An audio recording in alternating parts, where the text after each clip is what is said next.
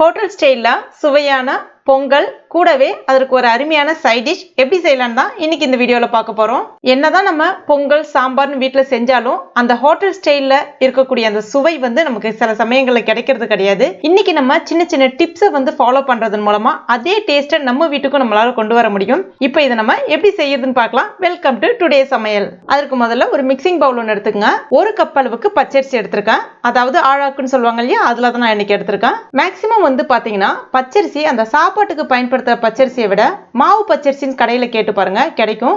அது பயன்படுத்தினீங்கன்னா சட்டுன்னு குழஞ்சு வரும், பொங்கலும் நல்லா சுவையா இருக்கும். இல்லைன்னா ரேஷன் கடையில கிடைக்கக்கூடிய பச்சரிசியா இருந்தாலும் நீங்க பயன்படுத்திக்கலாம். அடுத்ததான் எந்த கப்பால பச்சரிசி அளந்தனோ அதே கப்பாலே ஒரு கப் அளவுக்கு, அதாவது ஒரு ஆழாக்கு அளவுக்கு பாசிப்பருப்பு எடுத்திருக்கேன். அதையும் இப்போ இது கூட சேர்த்துக்கலாம். இப்போ இதுல தேவையான அளவுக்கு தண்ணி சேர்த்துட்டு ஒரு 2-3 முறை நல்லா கழுவிடுங்க. இதை நல்ல தண்ணி நல்லா வடிகட்டிட்டு எடுத்துக்கங்க. அதுக்கு அடுத்ததான் இதை இப்போ நம்ம குக்கர்ல சேர்த்துக்கலாம். அடுத்ததான் நம்ம பொதுவாகவே குக்கர்ல சாதம் வைக்கிறதா இருந்தா ஒரு கப் அரிசி எடுத்தோம்னா 2 கப் தண்ணி எடுப்போம். ஆனா பொங்கலுக்கு மட்டும் ஒரு கப்புக்கு 4 கப் தண்ணி பயன்படுத்தணும். இன்னைக்கு நம்ம 2 கப் எடுத்திருக்கோம். அதாவது ஒரு கப் அரிசியும் ஒரு கப் பாசிப்பருப்பும் எடுத்திருக்கோம். அதனால மொத்தம் 2 கப்பு. நான் இன்னைக்கு அதற்கு 8 கப் அளவுக்கு தண்ணி சேர்த்துக்கிறேன். தண்ணியோட அளவு ரொம்ப ரொம்ப முக்கியம். அப்பதான் உங்களுக்கு அந்த ஹோட்டல் ஸ்டைல்ல அப்படி பொங்கல் அள்ளி வச்சாங்கன்னா உங்களுக்கு அப்படியே ஒரு திக்கா அழகா குழஞ்சி நிக்குது பாருங்க, அதே மாதிரி நிக்கும். அதுக்கு அடுத்துதான் ஒரு 1/4 ஸ்பூன் அளவுக்கு சின்ன சீரகம் சேர்த்துங்க. நல்ல வாசனையா இருக்கும் பொங்கல். கூடவே இந்த பொங்கலுக்கு தேவையான அளவுக்கு உப்பு சேர்த்துக்குங்க. அதுக்கு அடுத்துதான் 1 டீஸ்பூன் அளவுக்கு நெய் சேர்த்துக்குங்க. இப்ப இதை மூடி வச்சிடலாம். வெயிட் வச்சிருங்க. சரியா 3 விசில் வந்தா போதும். ஹை ஃப்ளேம்லயே இருக்கலாம். குக்கர் விசில் வர்றதுக்குள்ள நம்ம சாம்பாரை ரெடி பண்ணிடலாம். இப்போ ஒரு பேன்ல 2 டீஸ்பூன் அளவுக்கு எண்ணெய் சேர்த்துக்குங்க. எண்ணெய் காஞ்ச பிறகு 5 - 6 வரமிளகாய் சேர்த்துக்குங்க. இப்போ இந்த வரமிளகாய் கொஞ்சம் அதாவது பொன்னிறமா வரட்டும். இப்போ 1 நிமிஷத்துக்கு இந்த வரமிளகாவை நல்லா வறுத்துக்குங்க. அடுத்ததா 1 டேபிள் ஸ்பூன் தனியா, அதாவது கொத்தமல்லி விதை, 1 டீஸ்பூன் உளுந்தப்பருப்பு, 1 டீஸ்பூன் கடலைப்பருப்பு, 1/2 டீஸ்பூன் சின்ன சீரகம் சேர்த்துட்டு எல்லாத்தையுமே ஒரு தடவை நல்லா வறுத்துக்குங்க. இப்போ இது எல்லாம் உங்களுக்கு நல்லா சிவந்து வரணும். இப்போ இது நல்லா சிவந்து வந்துருச்சு பாருங்க. இதை அப்படியே எடுத்து வேற ஒரு பிளேட்டுக்கு மாற்றி வச்சுக்கோங்க. இப்போ அதே பேன்ல மறுபடியும் 1 ஸ்பூன் அளவுக்கு எண்ணெய் சேர்த்துக்குங்க. இப்போ எண்ணெய் காஞ்ச பிறகு ஒரு பாதி வெங்காயம், பெரிய வெங்காயம் சேர்த்துக்கலாம். அடுத்ததான் ஒரு பாதி பழம், தக்காளி பழம் சேர்த்துக்கலாம். சேர்த்துட்டு எல்லாத்தையும் ஒரு தடவை நல்லா கலந்து விட்டுங்க. இப்போ வெங்காயம் தக்காளி ஓரளவுக்கு வதங்கி வந்த பிறகு ஒரு 3 டேபிள் ஸ்பூன் அளவுக்கு தேங்காய் துருவல் சேர்த்துக்கலாம். சேர்த்துட்டு நல்லா மறுபடியும் வதக்கி விட்டுக்குங்க. ஒரு 2 நிமிஷத்துக்கு நல்லா வதக்கி விட்டுக்குங்க. அவ்வளோதான். இதையும் எடுத்து அப்படியே ஆற வச்சிடலாம். அதுக்கு அடுத்துதான் ஒரு கடாயில 2 டீஸ்பூன் அளவுக்கு எண்ணெய் சேர்த்துக்குங்க.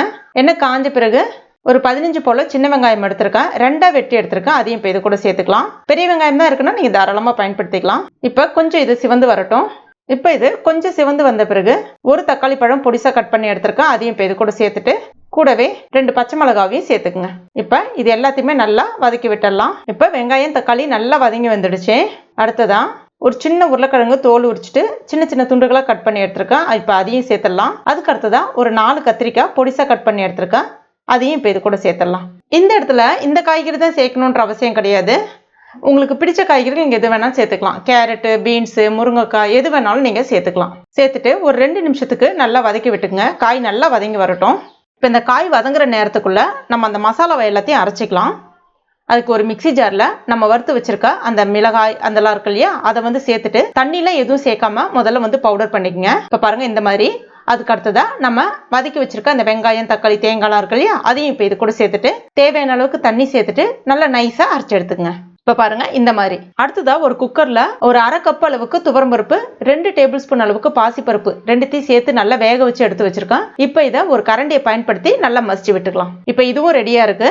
அதுக்கு அடுத்ததான் ஒரு சின்ன நெல்லிக்காய் சைஸ் அளவுக்கு புளியை தண்ணியில ஊற வச்சுட்டு அதை வடிகட்டி எடுத்து வச்சிருக்கேன். இதுவும் அப்படியே ஒரு வாரம் இருக்கட்டும். இப்ப பாருங்க காய் நல்லா வெந்து வந்திருக்கு. இப்ப பாருங்க காய் நல்லா வதங்கி வந்துடுச்சு. இதுல நம்ம ரெடி பண்ணி வச்சிருக்க அந்த புளி தண்ணீரை சேர்த்துடலாம். கூடவே கொஞ்சம் தண்ணி சேர்த்துட்டு 1/4 ஸ்பூன் மஞ்சள் பொடி சேர்த்துக்குங்க.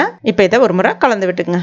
ஒரு 2 நிமிஷத்துக்கு இது அப்படியே இருக்கட்டும், வேகட்டும் காய் நல்லா. இப்போ ஒரு 2 நிமிஷம் ஆயிடுச்சு. காய் நல்லா வெந்துடுச்சு. இப்போ இதுல நம்ம அரைச்சு வச்சிருக்க அந்த விழுதியும் இது கூட சேர்த்துடலாம். கூடவே அந்த மிக்சியில ஒரு 1/2 கப் அளவுக்கு தண்ணி சேர்த்துட்டு அதையும் இப்போ இது கூட சேர்த்துக்கலாம். ஒரு முறை கலந்து விட்டுட்டு மூடி வச்சிருங்க. இது ஒரு 3 நிமிஷம் போல கொதிக்கட்டும். இப்போ பாருங்க ஒரு 3 நிமிஷம் ஆயிடுச்சு. நல்லா கொதிச்சிடுச்சு. இப்போ இதுல நம்ம ரெடி பண்ணி வச்சிருக்க அந்த பருப்பு சேர்த்துடலாம். கூடவே இதற்கு தேவையான அளவுக்கு உப்பு சேர்த்துக்குங்க. சேர்த்துட்டு ஒரு முறை கலந்து விட்டுக்குங்க. இது மறுபடியும் ஒரு 5 நிமிஷம் போல கொதிக்கட்டும். இப்போ பாருங்க, ஒரு 5 நிமிஷம் ஆயிடுச்சு, நல்லா கொதிச்சு வந்துடுச்சு. இதுக்கு இப்போ நம்ம நல்ல ஒரு தாளிப்பு ஒன்று கொடுத்துக்கலாம். இப்போ நல்லா வாசனை வந்துட்டு இருக்கு. அதுக்கு முதல்ல ஒரு தாளிப்பு கரண்டியில் 1 டீஸ்பூன் எண்ணெய், 1/2 டீஸ்பூன் கடுகு, 1/2 டீஸ்பூன் சின்ன ஜீரகம், 2 வரமிளகாய், கொஞ்சமா கருவேப்பிலை இலைகள், ஒரு 1/2 டீஸ்பூன் அளவுக்கு மிளகாய் பொடி, 1 டீஸ்பூன் அளவுக்கு தேங்காய் துருகள் சேர்த்துட்டு எல்லாத்தையும் ஒரு முறை நல்லா கலந்து விட்டுங்க. ஒரு நிமிஷத்துக்கு நல்லா கலந்து விட்டுங்க, அதனுடைய பச்சை ஸ்மெல் போகிற அளவுக்கு. இப்போ பாருங்க, நல்லா கலந்து விட்டாச்சு. கடைசியா இதுல கொஞ்சமா பெருங்காய பொடி சேர்த்துட்டு உடனே ஸ்டவ் ஆஃப் பண்ணிடுங்க. நல்லா கலந்து விட்டுக்குங்க. இதை இப்போ நம்ம அப்படியே சாம்பார்ல ஊத்திட வேண்டியதான். அவ்வளோதான், மணக்க மணக்க சுவையான சாம்பார் ரெடி ஆயிடுச்சு. இது பொங்கலுக்கு மட்டும் இல்லைங்க, இட்லி தோசைக்கெல்லாம் ரொம்ப ரொம்ப அருமையா இருக்கும். ஒரு அருமையான டிஃபன் சாம்பார் இது. கடைசியா கொஞ்சமா கொத்தமல்லி தழை தூவிட்டு பரிமாற வேண்டியதான். அவ்வளோ ஜோரா அவ்வளோ டேஸ்டா இருக்கும். அதுக்கு அடுத்துதான் நம்ம இப்ப பொங்கல் பார்த்துடலாம். பொங்கல் 3 விசில் வந்துடுச்சு. அந்த வெயிட் நம்ம ஃபர்ஸ்டே ரிலீஸ் பண்ணிடக்கூடாது. அந்த ப்ரெஷர் நல்லா இறங்கணும். அப்பதான் உள்ள அந்த பொங்கல் நல்லா வெந்து வரும். அந்த அரிசி, அந்த பாசிப்பருப்பு எல்லாமே. இப்ப பாருங்க, ப்ரெஷர் எல்லாமே இறங்கிடுச்சு. இதை நம்ம திறந்து பார்த்துடலாம். அவ்வளவுதான், பொங்கல் ரெடியா இருக்கு. பார்க்கறதுக்கு உங்களுக்கு எட்ட இருக்கிற மாதிரி இருக்கும். ஒரு முறை கலந்து விட்டாலே போதும், அப்படியே ஒன்னோட ஒன்று ஈஸியா குழஞ்சி வந்துடும். சும்மா ஜஸ்ட் ஒரு 2 முறை மட்டும் கலந்து விட்டுங்க. அதுக்கு அடுத்ததான் ஒரு பேன்ல 2 டேபிள் ஸ்பூன் அளவுக்கு நெய் சேர்த்துங்க. நெய் நல்லா உருகி வரட்டும். பொங்கலை பொறுத்த வரைக்கும் நெய் கொஞ்சம் கூட சேர்த்து செஞ்சாதான் அந்த பொங்கல் மணமாவும் சுவையாகவும் இருக்கும். அதனால கொஞ்சம் கூடுதலா நெய் சேர்த்துக்கலாம், தப்பு இல்லை. இப்போ இதுல 1 டீஸ்பூன் அளவுக்கு மிளகு சேர்த்துங்க. மிளகு சேர்த்துட்டு கொஞ்சம் மிளகு வெடிக்கட்டும். அப்பதான் நல்லா வாசனையா இருக்கும். கடிக்கும்போது உங்களுக்கு சட்டுன்னு காரம் ஏறாது, அதுக்காக தான். அடுத்ததா 1/2 டீஸ்பூன் அளவுக்கு சீரகம் சேர்த்துங்க. இப்போ இது எல்லாமே கொஞ்சம் பொரிஞ்சு வரட்டும். அதுக்கு அடுத்ததான் ஒரு 1/4 கப் அளவுக்கு முந்திரி பருப்பு எடுத்திருக்கேன். முந்திரி பருப்பு கொஞ்சம் சேர்த்து செஞ்சாதான் நல்லா இருக்கும். இது கொஞ்சம் முந்திரி பருப்பு சிவக்க ஆரம்பிச்ச பிறகு இஞ்சி, ஒரு பெரிய சைஸ்ல இஞ்சி, அதாவது கிட்டத்தட்ட ஒரு 2 டீஸ்பூன் அளவுக்கு இஞ்சி எடுத்திருக்கேன். பொடிசா கட் பண்ணிட்டு அதையும் இப்போ இது கூட சேர்த்துக்கலாம். நல்ல மணமா இருக்கும். இப்போ பாருங்க, எல்லாமே நல்லா சிவந்து வந்துடுச்சு. அடுத்ததா ஃப்ரெஷ்ஷான கருவேப்பிலை இலைகள் சேர்த்துங்க. பார்த்தீங்கன்னா பொங்கலுக்கு எப்பவுமே அந்த மணத்தையும் சுவையையும் அள்ளி கொடுக்கக்கூடியது எதுன்னு கேட்டிங்கன்னா கருவேப்பிலை இலைகள் தான். அதனால ஃப்ரெஷ்ஷான கருவேப்பிலை இலைகள் நிறையவே சேர்த்துக்கலாம். இப்போ இதெல்லாம் நல்லா பொரிஞ்சு வரட்டும். இப்போ பாருங்க, கருவேப்பிலை இலைகள் நல்லா பொரிஞ்சு வந்துருச்சு. ஸ்டவ் ஆஃப் பண்ணிட்டு கொஞ்சமா பெருங்காய பொடி சேர்த்துங்க. சேர்த்துட்டு மறுபடியும் நல்லா கலந்து விட்டுங்க.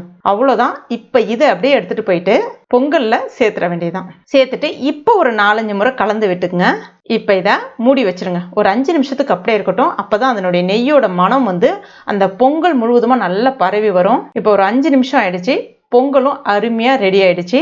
அப்படி ஒரு குழிக்கரண்டில அள்ளி அப்படி வச்சிங்கன்னா பொங்கல் அழகா விழணும். பார்க்கறதுக்கே சூப்பரா இருக்கு பாருங்க. அப்படியே ஹோட்டல்ல பரிமாறினாங்கன்னா எப்படி இருக்குமோ அந்த பர்ஃபெக்டான அந்த டெக்ஸ்சரும் உங்களுக்கு கிடைச்சிருக்கு பாருங்க. டேஸ்டும் ரொம்ப ரொம்ப ரொம்ப அருமையா இருக்கும். கூடவே நம்ம வச்சிருக்க அந்த சாம்பாரையும் அப்படியே மேல ஊத்தி பரிமாறலாம். இல்லைன்னா கொஞ்சமா எடுத்து தொட்டு சாப்பிட்றதா இருந்தாலும் சாப்பிடலாம். ரொம்ப ரொம்ப சுவையா இருக்கும். கண்டிப்பா உங்க வீட்டுல இந்த 2 ரெசிபியுமே ட்ரை பண்ணி பாருங்க. ரொம்ப ரொம்ப பர்ஃபெக்டா வரும். ட்ரை பண்ணிட்டு மறக்காம எனக்கு கமெண்ட் பண்ணுங்க. இந்த வீடியோ பிடிச்சிருந்தா லைக் பண்ணுங்க. உங்க நண்பர்கள் மற்றும் ஃபேமிலி மெம்பர்ஸ் கூட மறக்காம ஷேர் பண்ணுங்க. மேலும் இது போன்ற டேஸ்டி ரெசிபிகளுக்கு நம்ம டுடே சமையல் இது வரைக்கும் நீங்க சப்ஸ்கிரைப் பண்ணாத நண்பர்களா இருந்தீங்கன்னா உடனே சப்ஸ்கிரைப் பண்ணீங்க. கூடவே மறக்காம அந்த பெல் நோட்டிஃபிகேஷன் சிம்லையும் பிரஸ் பண்ணுங்க. தேங்க்யூ.